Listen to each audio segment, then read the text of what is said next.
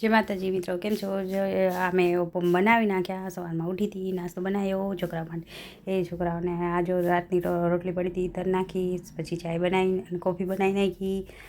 ઉપમ બનાવ્યા, રોટલી બનાવી, રોટલી તરી. પછી આ મેં નાહી લીધું. નાહીને પછી હું વાસણને આજે વાસણવાળા બેન નહોતા આવવાના, એટલે બધા વાસણ મારે કરવાના હતા. પછી મેં કીધું નાહી લો, પહેલાં હું પૂજાપાઠ કરી લઈશ, સૂર્યદેવને પાણી રેડીશ. અને પછી કપડાં એક મશીનના ચાલુ કરી નાખ્યું મેં ફટોફટ. પછી કપડાંને મેં વાળ સુકવતી હતી, પણ વાળ સુકાતા નહોતા, એટલે હવે દોડતી આવી. ઘરમાં જો ઉડે છે મને. સૂર્યદેવને મેં કીધું પાણી રેડી લાવું. પછી દોડીને મેં બધું કામ કર્યું. હળી પટી કામ કર્યું.